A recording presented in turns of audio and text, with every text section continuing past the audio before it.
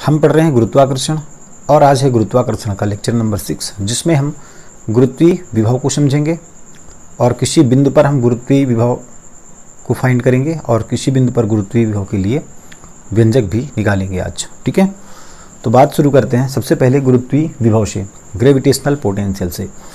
तो गुरुत्वीय विभव, तो बात जब हम विभव की करते हैं तो क्लास अभी 11th में है तो गुरुत्वीय विभव की बात कर रहे हैं, जब क्लास 12th में जाएंगे तो विद्युत विभव की बात भी वहाँ करेंगे।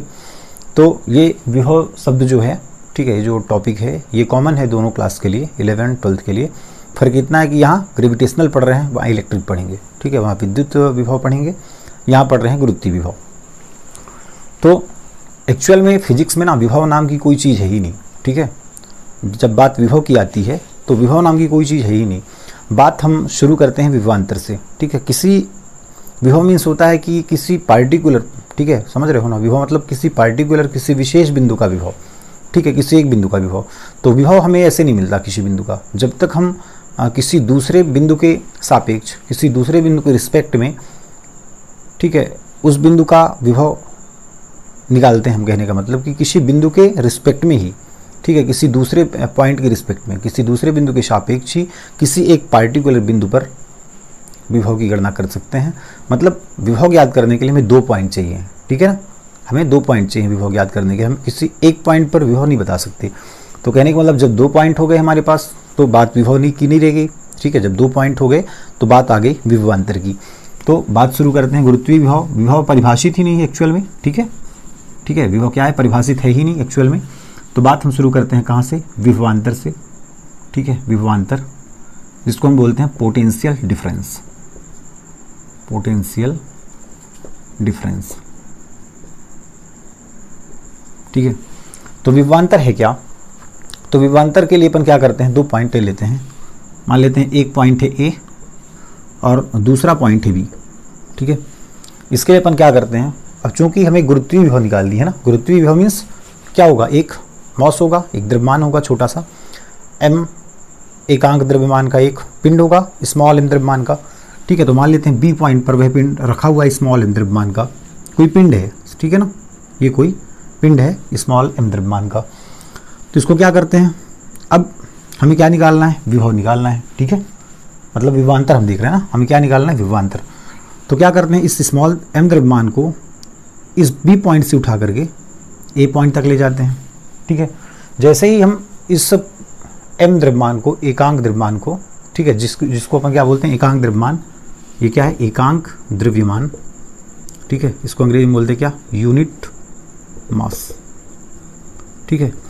इस एकांक द्रव्यमान को जैसे ही हम बी पॉइंट से उठाते हैं, बी बिंदु से उठा करके ए बिंदु पर ले जाएंगे, तो ले जाते समय अब इसको उठा करके यहाँ ले जाना है, तो ले जाने में हमें क्या करना पड़ेगा, कार्य करना पड़ेगा ना, डब्लू कार्य करना पड़ेगा हमें ले जाने में। अब कहाँ से कहाँ ले जा रहे हैं, बी से ए ले जा रहे हैं, ठीक है। तो विभवांतर कैसे निकलेगा, विभवांतर क्या होगा, V A minus V B, ठीक है, विभवांतर क्या होगा, V A minus V B, अंतिम माइनस प्रारंभिक, ठीक है, फाइनल माइनस इनिशियल। हमेशा विभवांतर कैसे निकालेंगे, ठीक है, फाइनल में से इनिशियल को घटाएंगे, अंतिम में से प्रारंभिक को घटाएंगे, तो इसका पोटेंशियल अधिक होगा ना, यहाँ से यहाँ ले जाएंगे तो यहाँ का विभव अधिक होगा, ठीक है। तो अधिक विभव में से कम विभव को माइनस करेंगे, मतलब ए में से बी को माइनस करेंगे, तो V A minus V B equal क्या होगा, डब्लू कार्य करेंगे किसको ले जाने में, इस एम मॉस को ले जाने में, एम द्रव्यमान को ले जाने में, एम एकांक द्रव्यमान को ले जाने में, ठीक है, डब्लू कार्य करेंगे। तो इस डब्लू कार्य में से जितना हम कार्य करेंगे, ठीक है, उस टोटल कार्य में से, ठीक है, जितना कार्य करेंगे हम, उस कार्य में से हम इस एकांक द्रव्यमान का भाग करा देते हैं, तो हमें विभवांतर निकल जाता है, ठीक है ना। तो हमें क्या निकल जाता है, विभवांतर। बात समझ आई। एकांक द्रव्यमान को बी से ए तक ले जाने में जितना कार्य करना पड़ा, उस कार्य को भाग करा देते हैं यूनिट मास से, एकांक द्रव्यमान से, ठीक है। तो हमें क्या निकल जाता है, विभवांतर।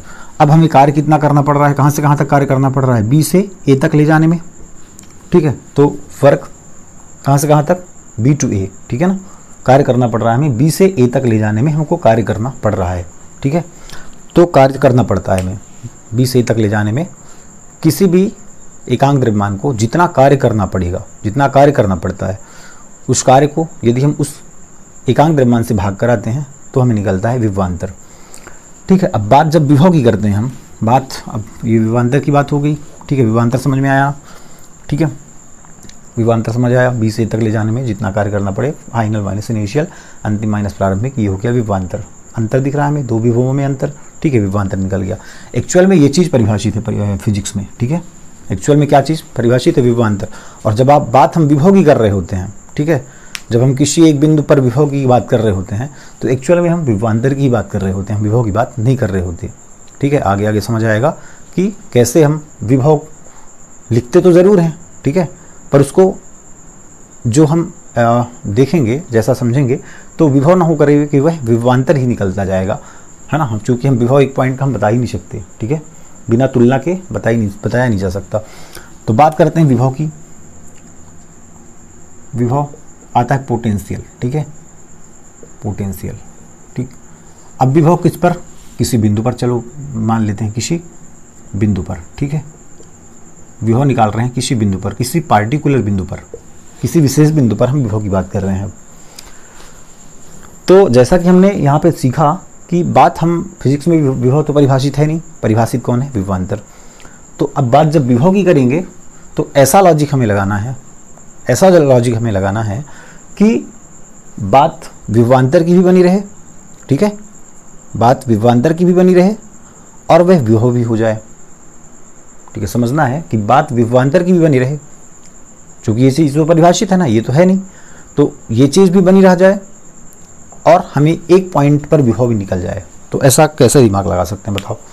हमें यहाँ पे विभवांतर दिया है, VA माइनस VB की वैल्यू दी गई है। ठीक है, अब हमें बनाना है केवल विभव। यहाँ पे अंतर है, विभवांतर है, दो बिंदुओं के विभव, दो बिंदुओं के विभवों का अंतर है। अब हमें निकालना है किसी एक बिंदु का विभव। तो इसके लिए क्या करते हैं, तो ज़रा ध्यान दो, ज़रा यहाँ पे गौर से देखो इस फार्मूले को। ठीक है, यहाँ पे यदि VB की वैल्यू 0 हो जाए, ज़रा सोचो, यदि VB की वैल्यू 0 हो जाए तो VA माइनस 0 कितना बचेगा, VA माइनस 0 कितना बचेगा, VA बचेगा ना। और VA क्या होगा, A बिंदु पर विभव, VA क्या होगा, A बिंदु पर विभव, है ना, potential at a point A बिंदु पर विभव बचेगा। बात समझ आ रही है ना। VB को यदि 0 मान लो तो क्या बचेगा, केवल VA, और VA क्या है, A बिंदु पर विभव। तो सेम लॉजिक लगाना है यहाँ पे। अब VB 0 कब होगा, ठीक है, अब हमने कह तो दिया कि VB 0 हो जाए। ठीक, इतना छोटा दिमाग तुमने लगा लिया कि भाई जब VB 0 होगा तो VA माइनस VB की प्लेस पे 0, मतलब VA minus 0 equal to VA, मतलब ये बिंदु पर विभव निकल गया। लेकिन VB माइनस 0, VB की जगह पे 0, VB की प्लेस पे 0 हम रख रहे हैं, तो इसका भी लॉजिक कुछ होना चाहिए ना हमारे पास, ऐसे मनमाना तो रख नहीं सकते। तो इसके लिए अपन क्या करते हैं, एक रेफरेंस पॉइंट मानते हैं। ठीक है, एक रेफरेंस पॉइंट मतलब एक संदर्भ बिंदु मानते हैं, और उस संदर्भ बिंदु को हम हमेशा ठीक है, उस संदर्भ बिंदु को हमेशा 0 मान लेते हैं। ठीक है, और वह संदर्भ बिंदु होता है हमारा, वह संदर्भ बिंदु हमारा होता है। ठीक है, वह जो संदर्भ बिंदु होता है, ठीक है, रेफरेंस पॉइंट जो होता है वह हमेशा होता है कौन, इन्फिनिटी। ये चीज़ ध्यान में रखना है। ठीक है, जो संदर्भ पॉइंट होता है वह होता है इन्फिनिटी, क्योंकि इन्फिनिटी पर जो पोटेंशियल की वैल्यू होती है, अनंत पर विभव का मान हम शून्य मानते हैं। ठीक, क्या मानते हैं, शून्य। अनंत पर विभव का मान हम मानते हैं शून्य। ठीक, ऐसा हम मानते हैं। ठीक है, अनंत पर पोटेंशियल मतलब विभव कितना, 0, अनंत पर विभव 0। तो VB 0 कब होगा, जब ये B पॉइंट कहाँ पहुँच जाए, अनंत पर पहुँच जाए। ठीक है, B पॉइंट को कहाँ ले जाओ, अनंत पर। बात समझ रहे हो ना। अब चलो अनंत पर ले जाओ, ये A पॉइंट हो गया। अब इस B पॉइंट को हम कहाँ ले गए, ये अनंत है। ठीक है, अनंत पर हम ले गए B पॉइंट को। ठीक, अब क्या करेंगे, इस B पॉइंट में से A पॉइंट पर, ठीक है, B बिंदु से A बिंदु पर स्मॉल m द्रव्यमान के पिंड को, जो कि एकांक द्रव्यमान का पिंड है, इसको लेके आएंगे, तो भी हमको कार्य करना पड़ेगा। ठीक है, तो भी हमको क्या करना पड़ेगा, कार्य। तो यहाँ पे अब चूंकि अनंत पर विभव कितना है, B की जगह पे क्या लिख सकते हैं, B कहाँ पहुँच गया, इन्फिनिटी पे, तो B की जगह पे इन्फिनिटी। ठीक, तो V इन्फिनिटी इक्वल टू कितना है, 0, मतलब अनंत पर विभव का मान है 0। तो यहाँ से फार्मूला क्या बनेगा, VA, ठीक है, minus VB equal to W by M, तो वही V A minus V B की प्लेस पे 0 equal to W by M, या तो मतलब बचा क्या, V A equal to W by M, और डब्ल्यू क्या है, अनंत से कहाँ ले जा रहे हैं, अनंत से बिंदु ए पर ले जा रहे हैं, ठीक है, अनंत से कहाँ ले जा रहे हैं, बिंदु ए पर, ठीक है। तो ए बिंदु पर विभव हमें कब मिलेगा, किसी पार्टिकुलर बिंदु पर, किसी विशेष बिंदु पर विभव कब निकलता है, जब एक दूसरा बिंदु जिसके सापेक्ष हम इस बिंदु पर विभव ज्ञात करेंगे, इस ए बिंदु पर जिसके सापेक्ष हम विभव ज्ञात करेंगे, वह बिंदु अनंत पर चला जाए। बात समझ आ रही है ना। यदि हम दूसरे बिंदु को, बी बिंदु को अनंत पर भेज दें तो अनंत पर विभव का मान 0 है, ठीक है। तो जब अनंत पर 0 है विभव का मान, तो बिंदु ए पर विभव हम निकाल सकते हैं, क्योंकि वी बी के प्लेस पे हम रख देंगे 0, तो ए बिंदु का विभव निकल जाएगा। तो अब बात समझ आई ना कि एक्चुअल में विभव होता ही नहीं, होता क्या है, विभवांतर, बशर्ते इतना कि हम हमेशा जो विभव की गणना करते हैं तो दूसरे पॉइंट को हम इन्फिनिटी पर मान लेते हैं, जहां पर विभव का मान 0 है, तो ए का पोटेंशियल जितना होगा, ए का विभव जितना होगा, माइनस बी का विभव तो हमेशा 0 होगा, है ना। तो एक्चुअल में ए बिंदु का ही विभव निकल जाएगा, लेकिन निकालने का तरीका ये है, ठीक है ना। हम डायरेक्ट ए बिंदु पर विभव नहीं निकाल सकते, क्यों, क्योंकि हमको कार्य करना है, ठीक है। कार्य कब करेंगे, जब दूसरा पॉइंट ऐसे प्लेस पे होगा कि उसको यहाँ से यहाँ तक लाने में जब कुछ डिस्टेंस ट्रेवल करेगी, कुछ दूरी तय करेगी, तभी तो कार्य करेगी ना। बिना दूरी तय किए तो कार्य कैसे कर सकती है, दूरी तय करेगी। और दूसरी बात कि इसका मान 0 भी होना चाहिए बिंदु बी का, ठीक है। दूरी तो तय करे, लेकिन बी पॉइंट कहाँ पर हो, अनंत पर, तभी तो इसका मान हम 0 रख सकते हैं। तो मतलब अनंत से इस बिंदु को आना चाहिए, ठीक है, अनंत से इस एकांक द्रव्यमान को आना चाहिए ए बिंदु पर, तभी हम बात करते हैं कि ए बिंदु पर विभव का मान इतना है। कितना है, वर्ग infinity to A divide by जितना द्रव्यमान है किसका, उस जितना द्रव्यमान है उस पिंड का, हिम द्रव्यमान, उसका भाग करा दिया हम, ठीक। एक चीज़ इसमें और ध्यान रखने की बात है कि ये जो वर्ग है, ठीक है, ये जो कार्य है, कार्य करेगा कौन, ठीक, कार्य तो होगा, कार्य करना पड़ता है, तो कार्य कौन करेगा, कार्य किसको करना पड़ेगा ये, जैसे अनंत पर हमने रख दिया, ठीक है, जैसे अनंत पर हमने रख दिया, ठीक। चलो इसके लिए आगे देख लेते हैं थोड़ा सा। अनंत पर हम रख देते हैं, इसका स्क्रीनशॉट आप ले लो, ठीक है, मैं इधर बनाता हूँ, ठीक।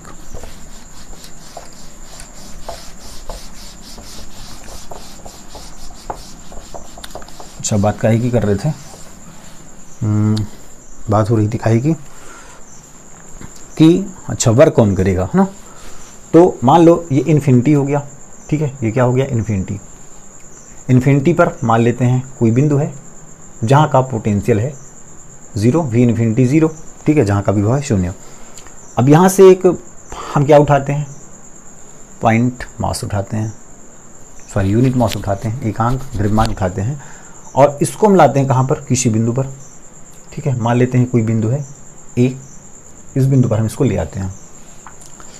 तो क्या हमें कार्य करना पड़ेगा, तो हमें क्या करना पड़ेगा, कार्य, ठीक है। तो ज़रूरी है कि जब हम एक एकांक द्रव्यमान को उठाएं अनंत से और किसी भी पॉइंट पर लाएं तो कार्य करना पड़े। ज़रा सोचो कि अनंत से हम एकांक द्रव्यमान को उठा रहे हैं और उसको किसी भी बिंदु पर भेज रहे हैं, तो क्या हमें कार्य करना पड़ेगा। कार्य कब करना पड़ेगा बताओ, जब इस बिंदु का कुछ ना कुछ विभव होगा, ठीक है। कार्य कब करना पड़ेगा, जब इस बिंदु का कुछ ना कुछ विभव होगा, ठीक है। विभव कहाँ से आएगा, क्योंकि अनंत का विभव तो 0 है ना, अनंत का विभव तो 0 है। अब हम सपोज दैट अगर कोई पूछे कि अनंत से, ठीक है, बहुत अंदर की बात है, इसको ज़रा ध्यान समझना। अगर कोई पूछे कि किसी एकांक द्रव्यमान को अनंत से किसी बिंदु तक आप ले जा रहे हो, तो क्या वर्क करना पड़ेगा, नहीं करना पड़ेगा। क्यों, अब उसने ये तो नहीं कहा ना कि ये बिंदु कहाँ स्थित है। अब मान लो ये अनंत पर है, ये बिंदु भी अनंत पर है, ठीक है। किसी बिंदु पर ले जाने में कार्य, किसी बिंदु पर ले जाने में कार्य 0 भी हो सकता है, ठीक है। कैसे 0 हो सकता है, मान लेते हैं ये इन्फिनिटी पर है, ये भी क्या है, ये भी इन्फिनिटी पर मान सकते हैं, ये भी बिंदु इन्फिनिटी पर है। तो जैसे ही इस पॉइंट मास को हम, सॉरी एकांक द्रव्यमान यूनिट मास को हम जैसे ही हल्का सा इसको ढकेलेंगे, हल्का सा इसको हमने ढकेला, तो क्या होगा, ये जो m द्रव्यमान की एकांक द्रव्यमान का जो पिंड है वह क्या करेगा, न्यूटन की गति के प्रथम नियम से, है ना, वह उसी दिशा में उसी वेग से गतिमान रहेगा, क्योंकि ये कहाँ पर है, स्पेस पर है, अनंत पर है, ठीक है, जहाँ पर गुरुत्वीय क्षेत्र है ही नहीं, वहाँ की बात चल रही है। तो जैसे ही इसको हमने ढकेला तो न्यूटन गति के पहले नियम से यह उसी वेग से उसी दिशा में लगातार चलती रहेगी, ठीक है, उसी वेग से चलती रहेगी, मतलब इसका वेग भी नहीं बदलेगा, इसका वेग भी नहीं बदलेगा, और ये हमेशा ये यहाँ से यहाँ तक पहुँच जाएगी। तो उस समय पे हम वर्क कितना कर रहे हैं, वर्क कितना कर रहे हैं बताओ, वर्क हमारे द्वारा किया गया वर्क कितना है, हमने तो कुछ वर्क नहीं किया ना, तो हमारे द्वारा किया गया वर्क कितना है, 0 है। जब हमें कार्य करना पड़े, ठीक है, बात समझ रहे हो ना, जब हमें कार्य करना पड़े अनंत से एकांक द्रव्यमान को लाने में इस बिंदु पर, तभी पोटेंशियल निकलता है, तभी विभव निकलता है, ठीक है, और विभव का मान कितना होता है, -gm/r, ठीक है। अब इसको हम फाइंड करेंगे, इसका मान हम निकालेंगे, ठीक है। तब की कंडीशन में वर्क कितना हो गया, 0, चूंकि अनंत पर है, अनंत पर हमने वर्क ही नहीं किया, हल्का सा धक्का दिया हमने, अब ये खुद ब खुद वर्क कर ली, है ना, न्यूटन गति के प्रथम नियम से चलती रही, चूंकि यहाँ पर वायु का प्रतिरोध भी नगण्य है, घर्षण भी नहीं है, ठीक है, ना तो घर्षण है ना वायु का प्रतिरोध है, तो ये उसी वेग से गति करते हुए इस बिंदु पर पहुंच जाएगी, हमें वर्क 0 करना पड़ेगा, ठीक है। अब वर्क करना कब पड़ता है, जब इस ए बिंदु का कुछ ना कुछ विभव हो, और विभव आता कहाँ से है, विभव आता कहाँ से है, विभव आता है जब ये बिंदु किसी न किसी पिंड के गुरुत्वीय क्षेत्र में रखी हुई हो। बात समझ आ रही है ना, इस बिंदु पर विभव कब आएगा, जब ये बिंदु किसी न किसी पिंड के गुरुत्वीय क्षेत्र पर रखी हुई हो। तो मान लेते हैं कि ये कैपिटल M कोई पिंड है ना, कैपिटल M कोई पिंड है, और इस पिंड के गुरुत्वीय क्षेत्र में रखी हुई है ये बिंदु। तो जैसे ही इसके गुरुत्वीय क्षेत्र के संपर्क में आएगी ये बिंदु, तब की कंडीशन में इस पर विभव क्रिएट हो जाएगा, ठीक है। तब की कंडीशन में इस ए बिंदु का क्या हो जाएगा, इस ए बिंदु पर एक विभव आ जाएगा, और तब की कंडीशन में हमें इन्फिनिटी से अनंत से इस एकांक द्रव्यमान को लाने में इस बिंदु ए तक, ठीक है, इस बिंदु ए तक लाने में हमें तब की कंडीशन में हमें कार्य करना पड़ेगा, तभी की कंडीशन में ये विभव हम फाइंड कर सकते हैं कि वैल्यूज ये हम अभी फाइंड करेंगे, ठीक है ना।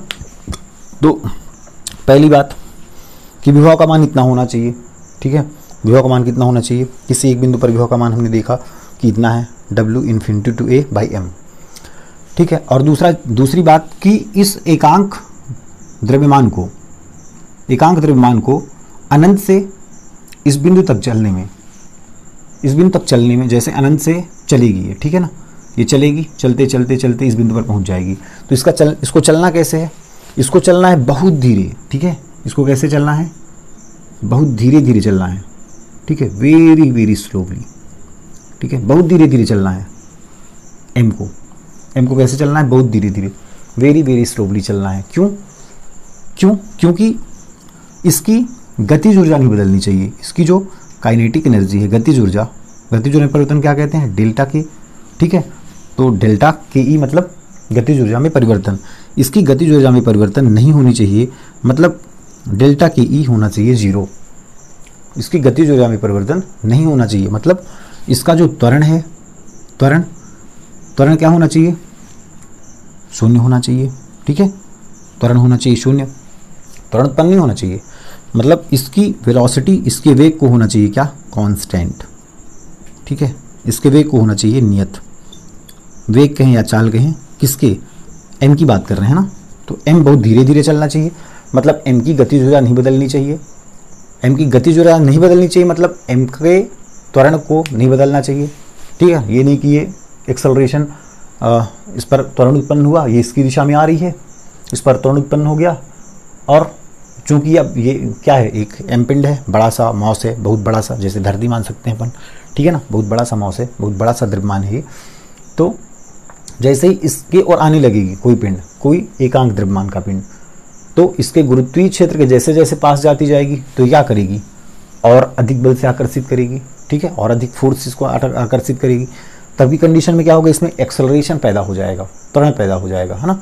तो उस त्वरण को हमें रोकना है, उसमें त्वरण पैदा नहीं होने देना है। मतलब इसकी वेलोसिटी जो यहाँ पर थी इन्फिनिटी पर, वही वेलोसिटी यहाँ तक पहुँचने में होनी चाहिए। मतलब इसको बहुत धीरे धीरे जैसे घड़ी का कांटा देखो ना, सेकंड का या मिनट या घंटे का कुछ का भी, तो वो कैसे चलती है, एकदम स्लो चलती है ना, बिल्कुल धीरे धीरे, कहीं पे वो गति ज़्यादा नहीं करती, ठीक है, समान समयांतराल में समान, ठीक है, समान स्पीड से या समान स्पीड से ही चलती है वो, उसकी स्पीड बदलती नहीं कहीं पे। ठीक वैसे ही इस एकांक द्रव्यमान की स्पीड कहीं पे नहीं बदलनी चाहिए, इसको बहुत धीरे धीरे चलनी चाहिए, मतलब इसकी गतिज ऊर्जा नहीं बदलनी चाहिए। तभी की कंडीशन में जो कार्य निकलेगा, ठीक है, तभी की कंडीशन में, मतलब ये जब बहुत धीरे धीरे आएगा, इसका एक्सेलरेशन नहीं बदलेगा, ठीक है, इसकी वेलोसिटी नियत होगी, इसका त्वरण नहीं बदलेगा, इसका वेग नियत होगा, तभी की कंडीशन में हम विभव की गणना कर सकते हैं, ठीक है। तभी हम कहेंगे कि हमने कार्य किया, और तभी कंडीशन में उस कार्य को हम डिवाइड करेंगे किससे, इस एकांक द्रव्यमान से, तो जाके हमको आएगा विभव, ठीक है, विभव का फार्मूला।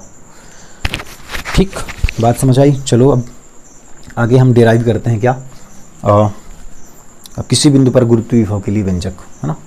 तो इन चीज़ों को नोट कर लो, ठीक है, मैं अब इसको मिटाए दे रहा। अब एक चीज़ और, यदि हम इसके यूनिट की बात करें, है ना, इसके मात्रक की हम बात करें, तो विभव का मात्रक क्या हो जाएगा, बताओ, विभव का मात्रक क्या हो जाएगा। चूँकि हमने भी लिखा फार्मूले में क्या कि W/m इक्वल टू V, तो विभव का मात्रक क्या हो जाएगा, कार्य का मात्रक जूल, और m मतलब द्रव्यमान का मात्रक किलोग्राम, तो मतलब क्या हो जाएगा, जूल पर केजी। इसका कौन सा मात्रक है, SI मात्रक है, ये SI यूनिट है, ठीक है। और यदि विमीय सूत्र की बात करें, तो कार्य का विमीय सूत्र बटे द्रव्यमान का विमीय सूत्र, ये तो निकाल ही लोगे। कार्य का विमीय सूत्र क्या होता है, mL²T-2, ठीक है, mL²T-2 और द्रव्यमान का m, है ना। तो क्या बचेगा, विमीय सूत्र भी निकाल लो, W का क्या हो जाएगा, mL²T-2 बटे इसका हो जाएगा m, तो m से m हो गया कैंसिल, है ना। मतलब क्या बचा, L²T-2, m is not present, है ना, m यहाँ पे नहीं है, तो जो नहीं है उसकी विमा 0, और L²T-2, ठीक है। ये चीज़ हम बहुत पहले से करते आ रहे हैं, अब तक तो रट जाना चाहिए, ठीक है। इतनी बात समझ आई ना। और ये जो विभव है ना, पोटेंशियल है, वह एक अदिश राशि है, ध्यान में रखना है, ठीक है। स्केलर क्वांटिटी है, अदिश राशि है। कैसी राशि है, अदिश राशि, ठीक है। इतना चीज़ नोट करो, फिर बताते हैं गुरुत्वीय विभव के लिए व्यंजक, ठीक है। इतनी बातें समझ आई। अब इसको मैं मिटाता हूँ, आप स्क्रीनशॉट ले लें या फिर नोट डाउन कर लें।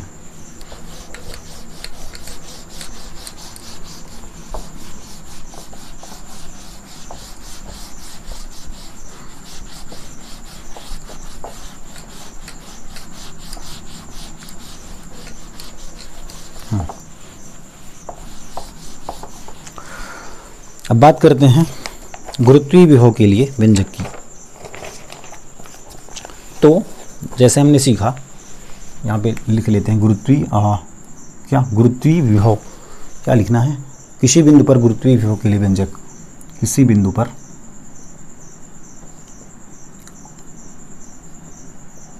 गुरुत्वीय विभव मतलब V के लिए, ठीक है, व्यंजक, उसको लिख लेना, गुरुत्वीय विभव के लिए व्यंजक किसी बिंदु पर। तो किसी बिंदु पर हमें विभव निकालना है, ठीक है। मान लेते हैं कि हमें किसी बिंदु पर विभव निकालना है, तो मान लेते हैं हमें निकालना है बिंदु P पर विभव, ठीक है, हमें निकालना है बिंदु P पर विभव। तो अब देखो, छोटी छोटी बातें दिमाग में बिल्कुल आ जानी चाहिए, है ना। बिंदु P पर विभव निकालना है, मतलब एक बिंदु को कहाँ होना चाहिए, इन्फिनिटी पर। जाहिर सी बात है, एक बिंदु को हमने कहाँ रख दिया, इन्फिनिटी पर, ठीक है। ये चीज़ फट से दिमाग में आ जानी चाहिए कि एक बिंदु पर हमें विभव निकालना है, मतलब दूसरा बिंदु हम कहाँ रख देंगे, इन्फिनिटी पर, क्योंकि इन्फिनिटी का विभव है 0, है ना। तो विभवांतर निकालेंगे तो केवल इस बिंदु का विभव निकल जाएगा, ठीक। तो एक दूसरे बिंदु को हमने रख दिया अनंत पर, क्योंकि यहाँ का जो पोटेंशियल है वह है 0, यहाँ का विभव है 0। अब इस बिंदु पर हमें विभव निकालना है, तो बिंदु पर विभव कब पैदा होगा, जब यह बिंदु क्या होगा, जब यह बिंदु किसी पिंड के गुरुत्वीय क्षेत्र के अंतर्गत होगा, ठीक है। इस बिंदु का विभव कब बनेगा, जब यह किसी किसी पिंड के गुरुत्वीय क्षेत्र के अंतर्गत होगा। तो मान लेते हैं एक बड़ा सा पिंड है, ठीक है, एक बड़ा सा पिंड है m, है ना। तो इस पिंड से के गुरुत्वीय क्षेत्र में ही यह r दूरी पर रखी हुई है। यह कितनी दूरी पर है? r दूरी पर बिंदु P है। बात समझ रहे हो ना? ठीक है, बात समझ रहे हो अच्छे से। कोई भी विभव है, बिंदु A पर हमें विभव निकालना है, तो क्या करेंगे, दूसरे बिंदु को भेज देंगे कहाँ, इन्फिनिटी पर। जब भैया तो इन्फिनिटी पे, क्योंकि वहाँ पे विभव दे रहा है 0। अब वहाँ से हम क्या लाएंगे, इस स्मॉल m द्रव्यमान के पिंड को, मतलब एकांक द्रव्यमान को लेके आएंगे। कैसे लाना है? बहुत धीरे धीरे लाना है। उसमें एक्सेलरेशन, त्वरण नहीं होना चाहिए, उसका वेग नहीं बदलना चाहिए, उसका वेग नियत होना चाहिए, ठीक है। अब देखना ज़रा कॉन्सेप्ट यहाँ पे लगेगा कुछ, है ना। और बिंदु P पर विभव निकालना है, मतलब बिंदु P को कहाँ होना चाहिए, किसी गुरुत्वीय क्षेत्र के अंतर्गत। गुरुत्वीय क्षेत्र कौन बनाएगा? कोई पिंड जिसका मॉस इससे अधिक होगा, कैपिटल M, ठीक है, वो बना देगा गुरुत्वीय क्षेत्र। और उसके गुरुत्वीय क्षेत्र के अंतर्गत ये बिंदु P है, इस पर हमें निकालनी है क्या, विद्युत क्षेत्र, गुरुत्वीय विभव के लिए व्यंजक V, है ना, जो कि हमको कितना आना है, -gm/r, ठीक है। ये हमने पहले दिमाग में रख लिया है कितना हमको लेके आना है। अब क्या करते हैं, जैसे हम बिंदु P पर हैं, है ना, बिंदु P पर हैं। अब हमको क्या करना है, इसको m को लाना है ऐसे, ठीक है। तो बिंदु P पर देखें, किसकी बात कर रहे हैं, इस स्मॉल m द्रव्यमान के पिंड की बात कर रहे हैं, एकांक द्रव्यमान की बात कर रहे हैं। तो जैसे यहाँ पर आए तो ये भी पिंड, इन दोनों के मध्य क्या होगा, आकर्षण होगा, ठीक है, आकर्षण होगा ना। तो एक बल लगेगा इधर, F आकर्षण वाला एक बल इधर लगेगा। और चूंकि दो पिंड हैं तो दो पिंडों के मध्य कौन सा बल लगता है, सार्वत्रिक गुरुत्वाकर्षण, न्यूटन का सार्वत्रिक गुरुत्वाकर्षण नियम से गुरुत्वीय बल कितना लगेगा, F इक्वल, ये लगेगा G M स्मॉल m/r², ठीक है। दूरी कितनी, r²। तो ये बल कितनी लगेगी, ये बल हो जाएगी इसके इक्वल, है ना। इतनी बल लगेगी ना इधर इस स्मॉल द्रव्यमान को, m द्रव्यमान को, ये बड़ा सा द्रव्यमान क्या करेगा, अपनी ओर खींचेगा इतने बल से, ठीक है। अब देखो, अब इतने बल से खींचेगा ना, तो जैसे जैसे हम पास आते जाएंगे, जरा ध्यान देना, ये इन्फिनिटी पर है, जैसे जैसे पास आते जाएंगे, मतलब इसके गुरुत्वीय क्षेत्र के जितने पास आते जाएंगे हम, तो इस F का मान बढ़ते जाएगा, बढ़ेगा कि नहीं, बढ़ेगा। कैसे बढ़ेगा, देखो F इक्वल टू क्या है, G M स्मॉल m/r²। यहाँ पे दूरी क्या है, दूरी क्या है, फोर्स के व्युत्क्रमानुपाती है। मतलब दूरी बढ़ेगी तो F घट जाएगा, और दूरी जब घटेगी तो F बढ़ जाएगा। तो दूरी हम जैसे जैसे घटाते जाएंगे तो इस F का मान बढ़ते जाएगा, चूंकि व्युत्क्रमानुपाती है, ठीक है। जैसे जैसे दूरी घटाएंगे तो इस बल का मान बढ़ते जाएगा। जब इस बल का मान बढ़ते जाएगा, मतलब आकर्षण बल का मान बढ़ते जाएगा, मतलब इसको, इस स्मॉल m द्रव्यमान को कैपिटल M और अधिक बल से आकर्षित करने लगेगी। जब और अधिक बल से आकर्षित करने लग जाएगी तो इसका वेग बदलने लग जाएगा, बदलेगा ना, क्योंकि जितना अधिक खींचेगा, दूर है तो कम बल से खींचेगा तो उसकी वेलोसिटी कम होगी पहले। जैसे जैसे पास आती जाएगी तो उसकी वेलोसिटी का मान बढ़ेगा, और करीब आएगी वेलोसिटी का मान और बढ़ेगा, और पास आएगी और बढ़ेगा, धीरे धीरे वेलोसिटी का मान बहुत अधिक बढ़ता जाएगा, ठीक है। जबकि हमको इसको लाना कैसे, एकदम धीरे धीरे लाना है ना, एकदम धीरे धीरे लाना है। तो इसके लिए क्या करते हैं, इसके अपोजिट डायरेक्शन में एक बल लगा देते हैं, ठीक है। कैसा बल लगाते हैं, एक्सटर्नल, बाह्य बल, ठीक है। क्यों लगाते हैं एक्सटर्नल बल, क्यों लगाते हैं, क्योंकि इसका वेग नहीं बदलना चाहिए। तो इतने ही परिमाण का बल हम इधर लगाते हैं, है ना, G/m/r² से थोड़ा सा अधिक, ठीक है। क्योंकि जितना बल इधर लग रहा है उससे थोड़ा सा, ठीक है, लगभग उतना ही बल कह सकते हैं, लगभग उतना ही बल हम यहाँ पे लगाते हैं, इस दिशा में लगाते हैं, ठीक है। पिंड को इस दिशा में ऐसे खींचते हैं, और जैसे ही थोड़ा सा आगे बढ़ा फिर उतना ही बल लगा देते हैं, फिर आगे बढ़ा फिर उतना ही बल लगा देते हैं। मतलब इसकी स्पीड नहीं बदलनी चाहिए, ठीक है ना, इसकी चाल या वेग नहीं बदलनी चाहिए। बात समझ रहे हो ना। तो हम क्या लगाते हैं, एक्सटर्नल फोर्स लगाते हैं, बल लगाते हैं, ठीक है। अब इसके लिए अपन ये मान लेते हैं कि किसी क्षण पर, अब देखो यहाँ पर m द्रव्यमान पर, यहाँ पर हमने एक्सटर्नल बल लगाया, ठीक है ना, समझ रहे हो ना। इधर एक बल लगा F एक्सटर्नल, ठीक है। इसको मैं समझा रहा हूँ खाली, इसको लिखना होना है तो ठीक, नहीं लिखना है तो कोई दिक्कत नहीं। अब देखो, ये तो बात थी r दूरी की। अब मान लेते हैं x दूरी की हम बात करते हैं, ठीक है। हम बात करते हैं x डिस्टेंस की, x दूरी की। x दूरी पर एक बिंदु है, मान लेते हैं a, ठीक है। अब हम पिंड को कहाँ ला रहे हैं, इन्फिनिटी से ला रहे हैं, कहाँ पर, इन्फिनिटी से ला रहे हैं r पर, ठीक है। तो इस बिंदु को थोड़ी सी और दूर मान लेता हूँ मैं, ठीक है। मान लेते हैं ये बिंदु है a, ठीक है, ये बिंदु है a। तो यहाँ पर भी क्या होगा, इस डायरेक्शन में फोर्स लगेगी ना, बल लगेगी, कौन सी, वही न्यूटन के सार्वत्रिक गुरुत्वाकर्षण नियम वाली। तो यहाँ पे f का मान कितना होगा, देखो यहाँ पे होगा Gmm/, यहाँ पे दूरी r थी तो r², यहाँ पे दूरी x है तो x²। देखो बल का मान वैसे भी हमको बदलता हुआ दिखाई दे रहा है, ठीक है। दूर है तो x², पास है तो r²। कहने का मतलब कि दूरी बढ़ने के साथ साथ इस f का मान क्या होता है, दूरी जैसे जैसे बढ़ती जाएगी, देखो दूरी बढ़ाते जाओ तो f का मान क्या होगा, घटते जाएगा, ठीक है, हाँ। तो इस डायरेक्शन पे फोर्स कितनी लग रही, Gmm/x², ठीक है। तो अब पिंड को कहाँ ला रहे हैं हम, इन्फिनिटी से r पर ला रहे हैं, बिंदु P पर ला रहे हैं, मतलब इससे r दूरी पर ला रहे हैं। कहने का मतलब बिंदु P पर तो ला रहे हैं, पर दूरी कितनी है, r दूरी पर ला रहे हैं, इन्फिनिटी से r दूरी पर ला रहे हैं, ठीक है ना। तो इसको मैं सबको मिटाई देता हूँ, ठीक। अब बात करते हैं केवल स्मॉल m द्रव्यमान की पिंड की। तो मान लेते हैं a बिंदु का डिस्टेंस कितना है, a है। अब इसको मैं थोड़ा सा इधर डिस्प्लेस करता हूँ, ठीक है, b बिंदु पर इसको ले आता हूँ, चूँकि मुझे इन्फिनिटी से r बिंदु पर r तक लाना है, इन्फिनिटी से r तक लाना है, बिंदु P मतलब r तक लाना है, ठीक है। हम क्या बोलेंगे, इन्फिनिटी से लाना है हमको r तक, ठीक है। मैं इसको यहाँ तक लाता हूँ, और यहाँ तक लाने में चूँकि यहाँ इन दोनों बिंदुओं के बीच की दूरी बहुत कम है, तो इस दूरी को मैं मान लेता हूँ dx, बहुत कम दूरी है, इसको मैंने मान लिया dx, ठीक है। अब इसको मैं यहाँ से मिला देता हूँ, इस स्मॉल द्रव्यमान को मैं क्या कर रहा हूँ, यहाँ से इसको ला रहा हूँ, ठीक है। स्मॉल द्रव्यमान यहाँ पर भी, स्मॉल m मास, स्मॉल m एकांक द्रव्यमान यहाँ भी, एकांक द्रव्यमान यहाँ भी, ठीक है। dx दूरी मैंने इसको क्या कर दिया, डिस्प्लेस कर दिया, विस्थापित कर दिया, a से b तक dx दूरी मैंने इसको खिसकाया, ठीक है। तो खिसकाने में मुझे क्या करना पड़ेगा, कार्य करना पड़ेगा, क्योंकि मुझे इन्फिनिटी से r तक लाने में कार्य करना पड़ रहा है, तो मतलब हर एक छोटे छोटे बिंदु पर मुझे कार्य करना पड़ेगा, सही है ना। यदि मैं टोटल कार्य कर रहा हूँ इन्फिनिटी से r तक, तो छोटे से बिंदु तक ले जाऊंगा मैं, यहाँ से यहाँ तक, तो भी मुझे कार्य करना पड़ेगा। हाँ, इतना ज़रूर है कि इस दूरी की तुलना में इस दूरी में मुझे बहुत छोटा सा कार्य करना पड़ेगा, लेकिन कार्य तो हर बिंदु पर मुझे करना है, ठीक है ना, ताकि इसकी वेलोसिटी, ताकि इसका वेग बदले ना, इसमें त्वरण उत्पन्न ना हो, इसकी गति ऊर्जा ना बदले, इसके लिए, ठीक है ना, इसके लिए मुझे कार्य करना है, ठीक। तो मान लेते हैं, तो न्यूटन की गति के नियम से क्या होगा, न्यूटन की गति के नियम से जैसे ही ए बिंदु पर है, x दूरी पर है, तो इस पर बल लग रहा है ना, F इधर आकर्षण वाला, तब न्यूटन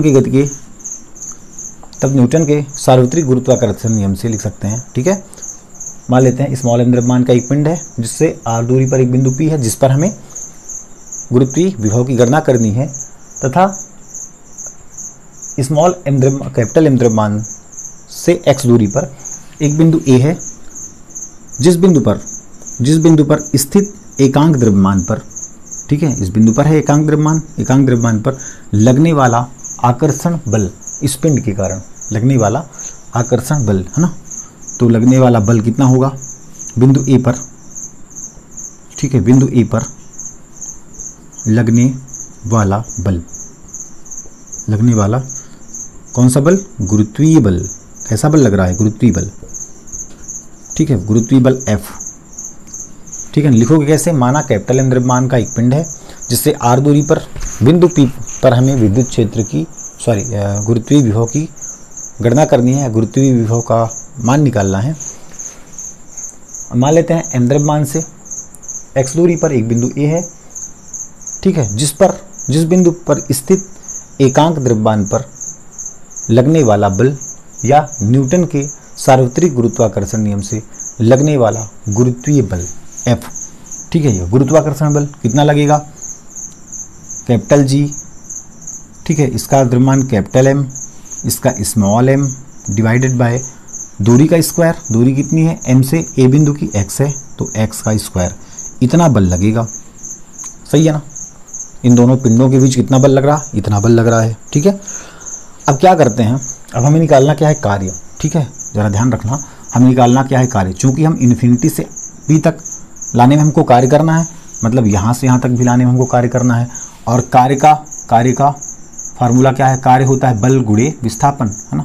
बल और विस्थापन का अदिश गुणनफल होता है कार्य, क्योंकि कार्य का अदिश राशि है ना। तो बल और विस्थापन का अदिश गुणनफल हमें क्या देता है? कार्य।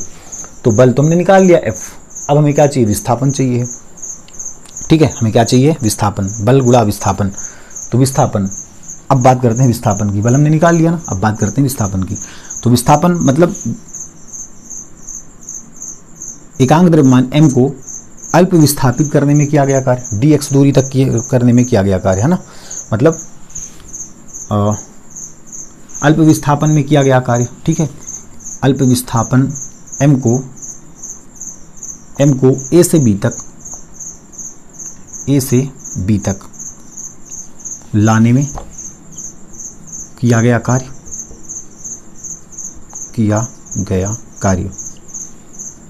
चलो लाओ, m को a से b तक लाओ, बहुत छोटी दूरी ला रहा हो, dx दूरी। तो कार्य भी कैसी करनी पड़ेगी हमें? अल्प कार्य। दूरी छोटी सी है, कार्य भी छोटा सा होगा। छोटे से कार्य को हम क्या बोलते हैं? dw, ठीक है। छोटे से कार्य को हम क्या बोलते हैं? dw। थोड़ा अच्छे से बना लेना, ठीक है। dw, छोटे से कार्य को dw, बड़े से कार्य को w। तो b से a तक ला रहे हैं, ठीक है। b से a तक dx दूरी लाने में या अल्प विस्थापन करने में, a से b तक मतलब अल्प विस्थापित करने में, dx दूरी तक खिसकाने में या लाने में किया गया कार्य। dw कितना है? कितना हो जाएगा? बल गुणा विस्थापन, मतलब F इंटू dx, बल गुणा विस्थापन। बल का मान रख दो, बल कितना है? Gm small m by x square into dx, dw equal, ठीक है। dw इक्वल, अब देखो, अब हमें क्या करना है? हाँ ठीक, ये चीज़ हमको फाइंड आउट करना है। अब हमें क्या करना है? ये अल्प विस्थापित करने में किया गया कार्य, a से b तक लाने में, m को a से b तक लाने में किया गया कार्य। तो अब कहाँ से कहाँ तक ले जाएंगे m को अब कहाँ से कहाँ लाएंगे? देखो ये हो गया ना, m को a से तक b तक लाने में किया गया कार्य। तो m को, सॉरी स्मॉल m को, ठीक है, स्मॉल m को ला रहे हैं, एकांक धनावेश को, एकांक द्रव्यमान m को इन्फिनिटी से, अब दूरी की बात कर रहे हैं ना, तो इन्फिनिटी से p नहीं बोलेंगे, इन्फिनिटी दूरी है, कहाँ से? m से दूरी इन्फिनिटी है, तो इन्फिनिटी से कहाँ ला रहे हैं? r ला रहे हैं। हम डिस्टेंस की केवल बात करेंगे, ठीक है। इन्फिनिटी एक दूरी है, तो बिंदु p पर दूरी है r। तो m को इन्फिनिटी से r तक लाने में किया गया कार्य, और ये कार्य कौन करेगा? हम करेंगे, एक्सटर्नल, ठीक है। ये कार्य बाह्य कार्य होगा, एक्सटर्नल कार्य होगा, हम करेंगे इस कार्य को। हाँ, तो m को इन्फिनिटी से r तक लाने में किया गया कार्य क्या हो जाएगा? इसका समाकलन कर देंगे, ठीक है। समाकलन कर दो तो dw कितना हो जाएगा? w हो जाएगा ना, क्योंकि a से b तक ला रहे थे, अल्प दूरी ला रहे थे, तो कार्य था dx। अब इन्फिनिटी से r ला रहे हैं, अब बड़ी दूरी हो गई तो बड़ा सा कार्य होगा, बड़ा सा कार्य w, ठीक है। इक्वल टू क्या हो जाएगा? इंटीग्रेशन, समाकलन करेंगे किसका? gm by x square into dx। Integration तो कर रहे हैं, लेकिन कहाँ से कहाँ तक ले जा रहे हैं? इन्फिनिटी से कहाँ ले जा रहे हैं? r ले जा रहे हैं। तो इसकी लिमिट रखनी पड़ेगी, हम कहाँ से ला जा रहे हैं? इन्फिनिटी से r ले जा रहे हैं, ठीक है। और एक चीज़ और समझ लो कि इंटीग्रेशन तब होता है, ठीक है, ये समाकलन तब होता है जब बल होता है परिवर्ती, जब बल का मान हर बिंदु पर बदलता रहता है, देखो यहाँ से ला रहे हैं ना, तो पहले क्या होगा? इसके गुरुत्वीय क्षेत्र से बाहर है ना। जैसे इस गुरुत्वीय क्षेत्र में आएगा तो इससे बहुत अधिक दूरी पर है। अब बहुत अधिक दूरी पर है मतलब ये वाला मान कम होगा ना, f का मान कम होगा। यहाँ पे बहुत अधिक दूरी पर है, तो दूरी अधिक होगी तो इस f का मान कम हो जाएगा। जब इस f का मान कम होगा तो हम भी इस दिशा में कम बल लगाएंगे, ठीक है, इस दिशा में हम कम बल लगाएंगे। फिर ये m जैसे जैसे आगे बढ़ती जाएगी m आगे, तो इस f का मान बढ़ते जाएगा।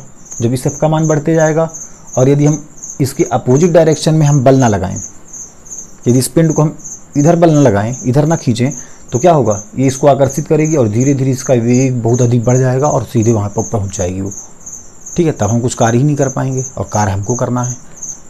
तो पिंड इधर जाना चाह रही है, ठीक है, लेकिन एक समान वेग से नहीं जा रही, और हमको कैसे ले जाना है, उसको एक समान वेग से ले जाना है। तो एक समान वेग से ले जाने के लिए जितना बल ये लगा रही है, ठीक है, लगभग उतना ही बल हमको उसके अपोजिट डायरेक्शन में लगाना पड़ेगा, तभी तो वह बल m द्रव्यमान, एकांक द्रव्यमान धीरे धीरे मोशन करते हुए, धीरे धीरे गति करते हुए, एक समान गति करते हुए बिंदु P तक पहुंचेगी। ठीक है, नहीं तो उसका भी धीरे धीरे बढ़ता जाएगा और क्या होगा, वह धीरे धीरे नहीं चल पाएगी, तब की कंडीशन में वर्क निकाल ही नहीं पाएंगे, है ना। तो मतलब कहने का कि एक बल लगता है इधर, ठीक है, जो कि ये गुरुत्वाकर्षण नियम से लगता है। एक बल हम लगाते हैं एक्सटर्नल, बाय बल हम लगाते हैं। ठीक है, अब देखो हम इधर बल लगा रहे हैं ना, बल इधर लगा रहे हैं और विस्थापन किधर हो रहा है, इधर, विंड तो इधर खिसक रही है ना, तो ये माइनस का साइन अभी आएगा जहाँ पे हम सूत्र की बात कर रहे थे। तो चलो इसको पहले सॉल्व कर लेते हैं। तो इन्फिनिटी टू आर इंटीग्रेशन हम करेंगे, इन्फिनिटी टू आर। अब जरा सोचो, जो चीज़ कांस्टेंट होगी वो हो जाएगी बाहर, है ना। इंटीग्रेशन साइन से कौन बाहर होता है, जो कांस्टेंट होता है, जो नियत होता है, जिसका मान बदलता नहीं। तो जी का मान, तो जी क्या है, एक सार्वत्रिक गुरुत्वाकर्षण नियतांक है, नियतांक है ही सार्वत्रिक गुरुत्वाकर्षण नियतांक, तो ये नियत है, बाहर हो गया। कैपिटल एम, अब कैपिटल एम कौन हो सकता है, कोई पृथ्वी हो सकती है, मून हो सकता है, सन हो सकता है, तो ये भी फिक्स है। ठीक है, अब जिस पिंड को हम ला रहे हैं एम को, जिस एकांक द्रव्यमान को हम ले जा रहे हैं वो भी फिक्स है, हम उसको तोल सकते हैं, उसका मास, उसका द्रव्यमान तो बदलना नहीं है कहीं पे, एक बार जो फिक्स है तो फिक्स हो गया। ठीक है, तो ये भी फिक्स है। तो ये तीन चार चीज़ें फिक्स हो गई। तो ये हो गई इंटीग्रेशन साइन से बाहर, और अंदर कौन बचा, अंदर बचा ऊपर कुछ नहीं तो 1, नीचे बचा x² dx। अब सोचो x बाहर क्यों नहीं हुआ, क्योंकि x अब वेरी कर रहा है, x बदल रहा है। देखो पहले m एकांक द्रव्यमान इन्फिनिटी में है, तो यहाँ से डिस्टेंस कितना है, इन्फिनिटी।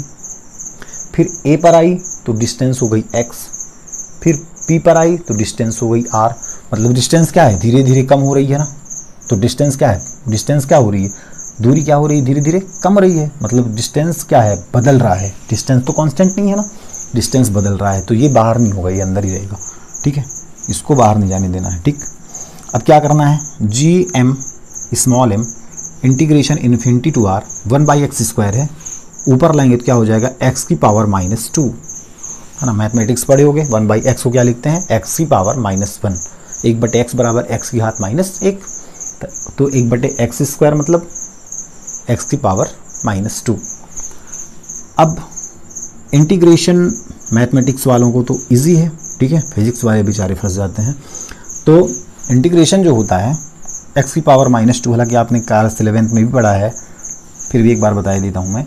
जो इंटीग्रेशन होता है, इंटीग्रेशन x की पावर n dx है, यदि, है ना, x की पावर n का यदि हम समाकलन करते हैं तो वह होता है x की पावर n+1/n+1। ठीक है, ये फार्मूला है। तो यहाँ पे क्या है, x की पावर n की प्लेस पे -2 है ना। तो ये ब्रैकेट लगा दो, ब्रैकेट, तो यहाँ पे लग जाएगा ब्रैकेट। अभी इंटीग्रेशन चिन्ह हट जाएगा और dx, अब इसका इंटीग्रेशन हो गया। ठीक है, इसका इंटीग्रेशन हो गया, ये बचा। तो x की पावर n मतलब -2 फार्मूले के पास साथ +1/n, n मतलब घात -2 +1। ठीक है, ये लग गया ब्रैकेट। अब जो इंटीग्रेशन का साइन, इंटीग्रेशन और r है, ठीक है, ये जो यहाँ पे लिमिट रखी हुई है, इस लिमिट, ये लिमिट जो है इधर आ जाएगी राइट साइड ब्रैकेट के बाहर। ठीक है, अब ब्रैकेट के साथ आ जाएगी, पहले इंटीग्रेशन साथ के, इंटीग्रेशन साइन के साथ थी, इंटीग्रेशन हो गया तो ब्रैकेट में आ गई, कहाँ, राइट हैंड साइड, इसका ट्रांसफर हो जाता है इधर। ठीक है, अब इसको सॉल्व करो, capital G capital M small m। ठीक है, ये क्या हो जाएगा, x की पावर -2 + 1 मतलब -1 बाई -2 + 1 मतलब -1। ठीक है, इन्फिनिटी टू r, फिर से सॉल्व करो, जी एम एम। ठीक है, ये माइनस तो माइनस, x की पावर -1 को क्या ले सकते हैं, 1/x इन्फिनिटी टू r। समझ रहे हो ना, यहाँ पे बात समझ आई। x की घात -1 को हमने क्या लिखा, 1/x, और -1 तो माइनस आ गया यहाँ, इसका माइनस आ गया यहाँ, x की पावर -1 मिल गया 1/x इन्फिनिटी टू r। ठीक है, अब लिमिट रख दो। तो सबसे पहले अपर लिमिट रखी जाती है, अपर लिमिट, अपर लिमिट मतलब अपर लिमिट में कौन है, ऊपर कौन है, r है, तो -1/x की जगह पे r, फिर लगेगा माइनस, ये माइनस तो लगा ही है ना, मतलब बीच में लगता है माइनस, फिर -1/x की जगह पे आ गया इन्फिनिटी। बात समझ आ रही है ना। अगर ये बात समझ नहीं आ रही तो एक काम करो, फिर एक काम ये करो, यदि यहाँ पे समझ में नहीं आया तो एक काम ये कर सकते हो कि इस माइनस साइन को ही बाहर ले आओ, ठीक है। चूँकि मल्टीप्लाइड है, ब्रैकेट है, मतलब इन दोनों का गुणा है, तो ये माइनस सीधे उठ के यहाँ आ गया, तो माइनस GMM, ठीक है। तो अंदर 1/x बस बचा, क्या बचा 1/x बस, इन्फिनिटी टू आर, बात समझ रहे हो, क्या बचा 1/x बस, ठीक। तो 1 जब x बस बचा तो अब लिमिट रख दो, चलो 1/x बस बचा ना, तो लिमिट रख दो, तो 1/x की जगह पे upper limit r minus 1/x की जगह पे लोअर लिमिट इन्फिनिटी, ठीक है। तो ये बचा माइनस GMM 1/r माइनस 1/इन्फिनिटी की वैल्यू 0, एक में इन्फिनिटी का भाग जाएगा ही, 1/इन्फिनिटी 0 हो जाएगा, ठीक है। अब ये क्या बन गया, तो माइनस GMM, ठीक है, ये तो हो गया 0 ना, माइनस 0 मतलब ये टर्म पूरा 0, अब केवल 1/r बस बचा, ऐसा देख सकते हैं हम। तो माइनस ऊपर क्या है GMM और नीचे बचा r, ठीक है, नीचे बचा r, ठीक। ये क्या निकल गया, कार्य, ये क्या निकल गया, कार्य। कहाँ से कहाँ तक, इन्फिनिटी से कहाँ ला रहे हैं, r तक, इन्फिनिटी से कहाँ ला रहे हैं, r तक, ठीक है, इन्फिनिटी से कहाँ ला रहे हैं, r तक। ये कार्य निकल गया। अब हमें निकालना है विभव, अब हमें निकालना है विभव, ठीक है। कहाँ पे निकाल दें, कहाँ पे निकाल दें, विभव, ठीक। तो इधर नोट कर लो फिर, है ना, इधर का तो समझ में आ गया होगा, इधर का नोट कर लो।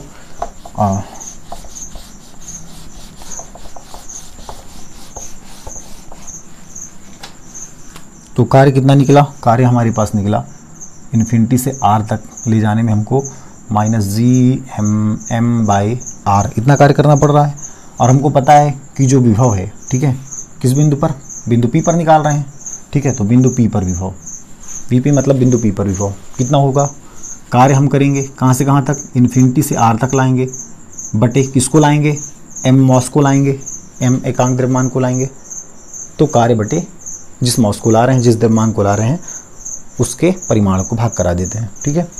तो चलो मान रख दो वर्ग इन्फिनिटी डैश टू r, ठीक है, ये तो फार्मूला है ना विभव का, कार्य बटे एकांक द्रव्यमान, कार्य इन्फिनिटी से r का, इन्फिनिटी से r का मान कितना, माइनस GMM/r, ठीक है, डिवाइड बाई m, तो मेन डिवाइड कौन सा है, ये वाला, ठीक है, m के ऊपर वाला, तो मेन डिवाइड m के ऊपर वाला है, m के ऊपर वाला है इसको, अब इसके ऊपर परम्यूटेशन क्या है, GMM/r, तो मेन डिवाइड को इनटू में जब बदलेंगे तो m है ना, तो जब भाग गुणे में बदला तो m बन जाएगा 1/m, भाग था तो m था, गुणा हुआ तो 1/m हुआ, भाग था तो m, गुणा हुआ तो 1/m, m से m कैंसिल, ठीक है, बचा माइनस GM/r, यह है बिंदु P पर विभव, ठीक है, जो कि एक अदिश राशि है और माइनस साइन के साथ आ रहा है। माइनस साइन के साथ क्यों आ रहा है, क्योंकि ये जो कार्य है ना, ये जो विभव है, ठीक है, माइनस साइन के साथ इसलिए आ रहा है कि जो विभव है वह किधर लग रहा है, वह लग रहा है गुरुत्वीय क्षेत्र की, ठीक है, विभव बोल रहा, ये जो माइनस है वो ये बताता है कि जो कार्य है ना, वह गुरुत्वीय क्षेत्र की दिशा में हो रहा है, ठीक, कार्य किधर हो रहा है, गुरुत्वीय क्षेत्र की दिशा में ही, बात समझ रहे हो ना। जैसे इसके पहले हमने फिगर बनाया था, इधर जा रही थी m एकांक पर द्रव्यमान इधर जा रही थी, और हम बल कहाँ लगा रहे थे, उसके अपोजिट, क्यों, क्योंकि उसका वेग बदल ना जाए, उसको धीरे धीरे गति करवाना है। तो एक बल तो ऑटोमेटिक न्यूटन के सार्वत्रिक गुरुत्वाकर्षण नियम से लग रही है, जो कि आकर्षण वाला बल है, उसको तो लगना ही लगना है उस डायरेक्शन में। अगर ऐसा होता है तो उसका वेग धीरे धीरे बढ़ेगा, क्यों, क्योंकि वो जैसे जैसे उस कैपिटल M के पास जाती जाएगी स्मॉल m, तो उसका वह अधिक बल का अनुभव करेगी, अधिक आकर्षण बल का अनुभव करेगी, और जब अधिक आकर्षण बल का अनुभव करेगी तो उसका वेग भी बढ़ने लगेगा।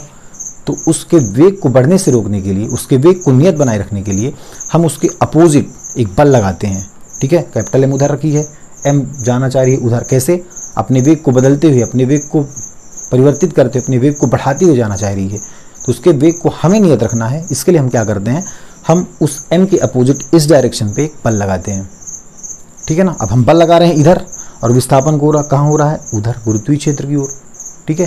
तो कार्य किधर दिख रहा है हमें, गुरुत्वीय क्षेत्र की ओर, जबकि बल हम लगा रहे हैं किधर, गुरुत्वीय क्षेत्र के अपोजिट, और विस्थापन हमें देखने को मिल रहा है गुरुत्वीय क्षेत्र की ओर। इसलिए कार्य जो है गुरुत्वीय क्षेत्र के द्वारा किया जाता है, ऋण चिन्ह हमें ये बतलाता है, ठीक है। ये था डेरिवेशन। तो आज हमने देखा गुरुत्वीय क्षेत्र, गुरुत्वीय विभव, ठीक है ना। तो हमने देखा कि विभव को नाम की कोई चीज़ होती नहीं, होता है विभवांतर।